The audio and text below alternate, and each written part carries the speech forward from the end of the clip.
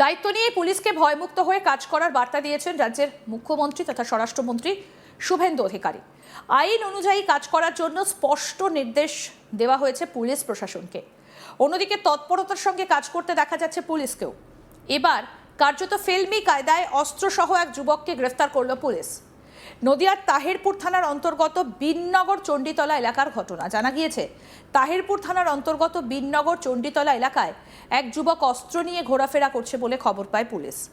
খবর পেয়ে ঘটনাস্থলে পৌঁছয় পুলিশ বাহিনী। এরপর মোটর বাইকে থাকা ওই যুবককে ধাওয়া করে কার্যত ফিল্মি কায়দায় ধরে ফেলেন পুলিশ কর্মীরা। তার কাছ থেকে উদ্ধার হয়েছে একটা দেশি আগ্নেয়াস্ত্র এবং কার্তুজ। জানা গিয়েছে ধৃত যুবকের নাম সুমন বিশ্বাস, বাড়ি চাকদা থানা এলাকায়। পুলিশের প্রাথমিক অনুমান ওই যুবক বড় ধরনের কোনো চক্রের সঙ্গে যুক্ত থাকতে পারে। এই ঘটনাকে কেন্দ্র করে ব্যাপক চাঞ্চল্য ছড়িয়েছে ঘটনায়। ঠিক কি ঘটেছে আমাদের প্রতিনিধি সুরজিৎ কি প্রতিবেদন তুলে ধরেছেন, আসুন আপনাদেরকে দেখাই। আগে রাজ্যে পালাবদলের পর আরও তৎপর রাজ্য প্রশাসন।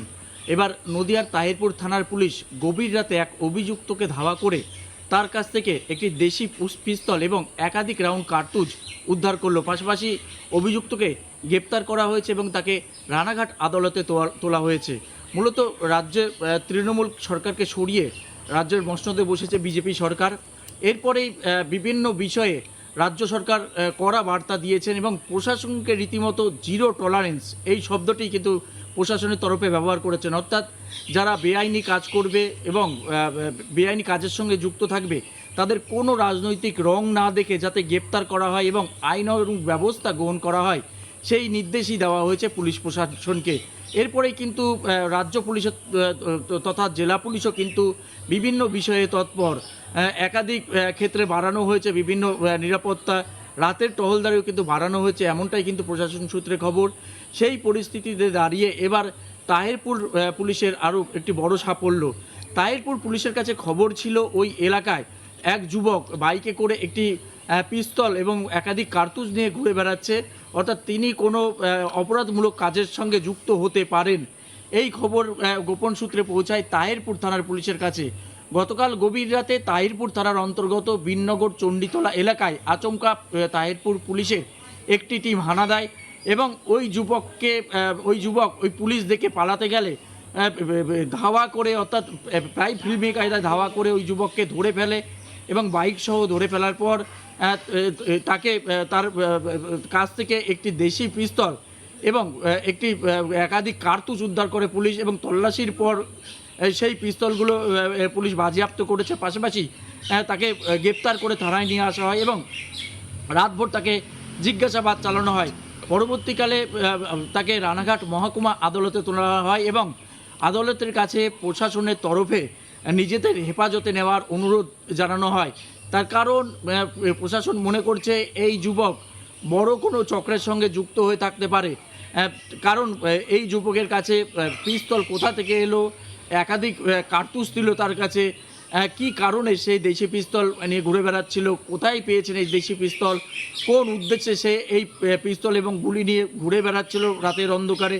মূলত সেই সব বিষয়ে জানার জন্যই অভিযুক্তকে নিজেদের হেফাজত চেয়েছে পুলিশ। তাকে জিজ্ঞাসাবাদ করে প্রশাসন জানার চেষ্টা করবে যে এই ঘটনার সঙ্গে বড় কোনো চক্র জড়িয়ে রয়েছে কিনা। কারণ দিনের পর দিন যে সমস্ত অপরাধমূলক যে ঘটনা ঘটছে, অর্থাৎ কোথাও চুরি, কোথাও ডাকাতি, মূলত সেই ঘটনায় এই অভিযুক্ত যোগ সাজক রয়েছে কিনা সেই সমস্ত সব বিষয়ে কিন্তু জানার চেষ্টা করবে। সেই কারণে কিন্তু আদালতের কাছে তাকে নিজেদের হেফাজতে নেওয়ার একটা আবেদন জানানো হয়। উল্লেখ্য, কিছুদিন আগে বোমা উদ্ধারের ঘটনাকে কেন্দ্র করে চাঞ্চল্য ছড়ায় নদিয়ায়। দিন কয়েক আগে নদিয়ার রানাঘাট থানার অন্তর্গত রামনগর ২ নম্বর গ্রাম পঞ্চায়েতের রাঘবপুর এলাকায় এক রাজমিস্ত্রির বাড়ির সামনের একটা গাছে ঝুলতে দেখা যায় একটা ব্যাগ, আর ব্যাগ খুলতেই দেখা যায় তাতে রয়েছে একাধিক বোমা। বিষয়টা জানাজানি হতেই এলাকায় ছড়ায় তীব্র চাঞ্চল্য। খবর পেয়ে ঘটনাস্থলে পৌঁছে বোমাগুলিকে উদ্ধার করে পুলিশ। জানা যায় ওই রাজমিস্ত্রির পরিবারের লোকজন সকালে ঘুম থেকে উঠে বাড়ির সামনের গাছে সন্দেহজনকভাবে ব্যাগটা ঝুলতে দেখেন। স্থানীয় কয়েকজন ব্যাগের ভেতরে উঁকি মারতেই বোমা দেখতে পান। বিষয়টা জানাজানি হতেই ঘটনাস্থলে ভিড় জমায় উৎসাহী জনতা। খবর পেয়ে ঘটনাস্থলে পৌঁছয় পুলিশ, উদ্ধার করা হয় বোমাগুলো। কে বা কারা ওই জায়গায় বোমাগুলো রেখেছে তা জানতে তদন্ত শুরু করেছে পুলিশ। অন্যদিকে খবর পেয়ে ঘটনাস্থলে পৌঁছন বিজেপি নেতা দেবনারায়ণ বিশ্বাস। তিনি বলেন, আমি খবর পেয়ে ঘটনাস্থলে আসি, শুনেছি রাতের অন্ধকারে কেউ বা কারা ওই ব্যাগটা রেখে গিয়েছে। তবে কী উদ্দেশ্যে কে বা কারা বোমা ভর্তি ওই ব্যাগটা রেখে গেল সেটা এখনও পরিষ্কার নয়। আমরা মনে করছি গোটা দেশ জুড়ে যে সরকার চলছে এবং মানুষের আশীর্বাদে এ রাজ্যে যে সরকার এসেছে সেই সরকারকে কালিমালিপ্ত করার একটা প্রক্রিয়া চালানো হচ্ছে। এতে মানুষ আতঙ্কিত হয়ে পড়ছে। আমরা চাই অবিলম্বে প্রশাসন তদন্ত করুক এবং এই ঘটনায় যারা জড়িত তাদের দৃষ্টান্তমূলক শাস্তি দিক। বিজেপি নেতা দেবনারায়ণ বিশ্বাস কি বলছেন শুনবো। দেখুন, এখানে আমরা হঠাৎ করে খবর পাই যে একটা বাড়িতে, রেল লাইনের ওপারেই একটা বাড়ি, সেই বাড়িতে একটা ব্যাগ কেউ ঝুলিয়ে রেখে গেছিলো এবং প্রশাসনের কাছেও কোনো মারফত দিয়ে খবর যায় যে ওখানে ওই ব্যাগের মধ্যে কিছু জিনিস থাকতে পারে। তো স্বাভাবিকভাবে প্রশাসন এসে সেই ব্যাগ উদ্ধার করেছে এবং উদ্ধার করার পরে দেখা গেছে যে সেখানে কিছু বোম অবৈধভাবে হয়তো কেউ বা কারা ওগুলো রেখেছে। কতগুলো বোম হতে পারে বলে ওখানে আনুমানিক একের অধিকই রয়েছে। সেটা তো আপাতত প্রশাসনিকভাবে রানাঘাট থানার পক্ষ থেকে আমাদের এই অঞ্চলে একটা ফাঁড়ি রয়েছে, সেই ফাঁড়ি রাঘবপুর ফাঁড়ি, তার যারা আধিকারিকগণ রয়েছে তারা এসছেন এখানে এবং তারা চেষ্টা করছেন। এই মুহূর্তে ওটা জলের মধ্যে রাখা আছে এবং উচ্চতর আধিকারিকদের অপেক্ষায় তারা রয়েছেন।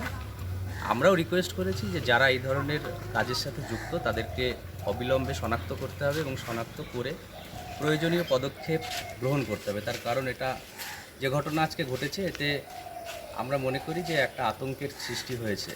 যে বাড়ির সামনে এই ঘটনাটা ঘটেছে তারাও যেমন আতঙ্কে আছে, এলাকার শান্তিপ্রিয় মানুষও আজকের দিনে আতঙ্কে একটা পরিস্থিতি তৈরি হয়েছে তাদের মনের মধ্যে।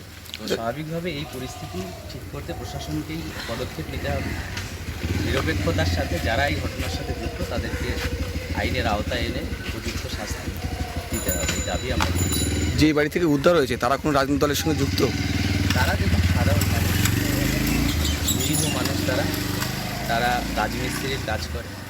তো সক্রিয়তার সাথে কোনো রাজনৈতিক দলের সাথে তারা যুক্ত না, তারা কাজ করে, খায় এবং স্বাভাবিক জীবনযাপন তারা করে। নির্বাচন পেরিয়ে গেল প্রায় 2 মাসের বেশি, এখনও এইভাবে যে বোম উদ্ধার, এটাকে কিভাবে দেখছেন আপনি?